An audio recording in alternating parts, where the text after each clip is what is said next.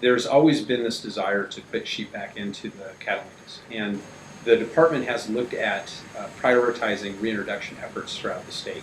The Catalinas has ranked high, consistently, but it increased its ranking after some of the fires that went through there, the Bullock and the Aspen fires in particular.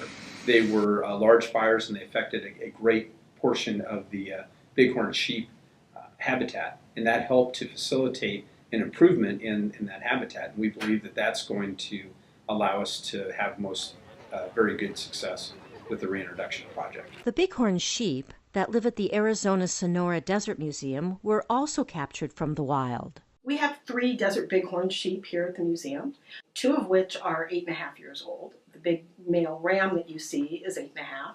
And then the younger ewe, we've got both of them at the exact same time, so 8.5 as well.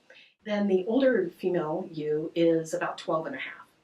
These bighorn sheep all came from the Kofa mountain range, which is up near Yuma. Since all 3 of these sheep came from the wild, it really was very interesting to me how quickly they settled in. A veterinarian oversees the capture. They're going pretty smoothly. They're a little bit warm, which is not unexpected. We were prepared for that. And what we're doing is we're assessing their body condition, their health status, looking for injuries and wounds. And then we're collecting several biological samples. We're collecting nasal and oral swabs for, we're looking for pneumonia, organisms that cause pneumonia. And then we're also collecting blood, and we'll do antibody titers also for different diseases. There's a lot of different theories about why the sheep winked out. We had sheep there until it was actually the late 1990s. And the sheep kind of winked out and they were extirpated from that mountain range. And so there's quite a few different ideas of why that happened. One is human encroachment.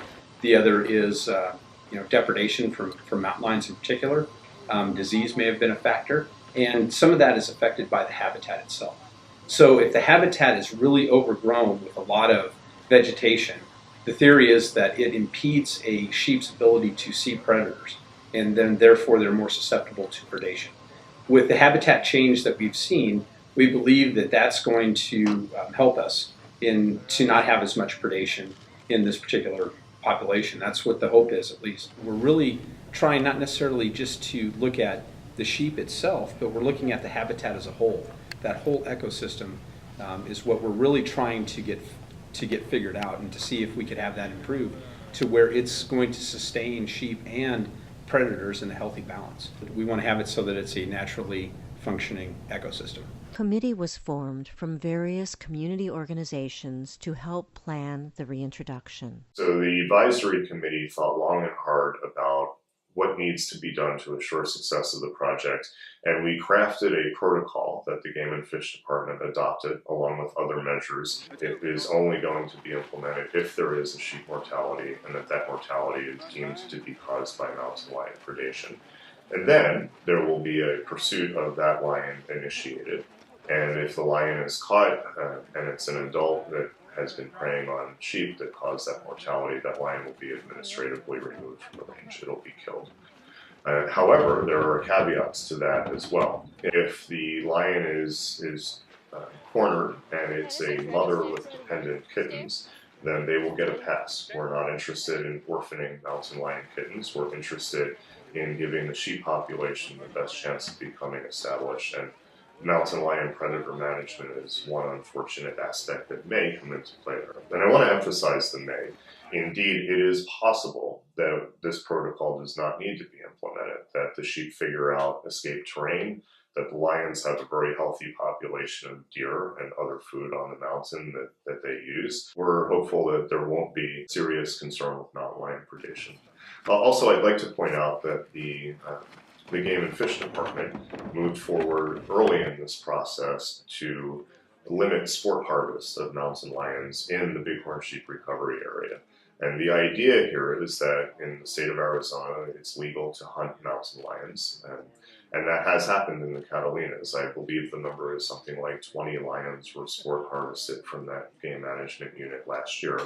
The other aspect of that is one of the current theories in wildlife management is that individual mountain lions may become predator specialists on sheep. Most of the time, mountain lions eat deer. It's maybe occasionally that one will eat a sheep. And the problem with this is there's a theory that one particular lion could do fairly significant damage to the sheep herd if it took 3-4 sheep in a fairly rapid period of time within the course of a couple of weeks or months. The desert bighorn sheep were released into Catalina State Park in the early morning on November 18, 2013. The GPS monitoring collars would now aid game and fish in tracking the whereabouts of the sheep. By Wednesday, November 28th, one ram had died of unknown causes. And by the following weekend, 2 ewes were killed by mountain lions. As planned, while the sheep are becoming established in their new home, a hunter was sent into the Catalinas and killed the 2 mountain lions responsible for the death of the ewes. As last reported, 16 adult bighorn sheep have died, all but 1 killed by mountain lions, and 5 new lambs have been born, all vying for a foothold in a territory bighorn sheep historically roamed for centuries.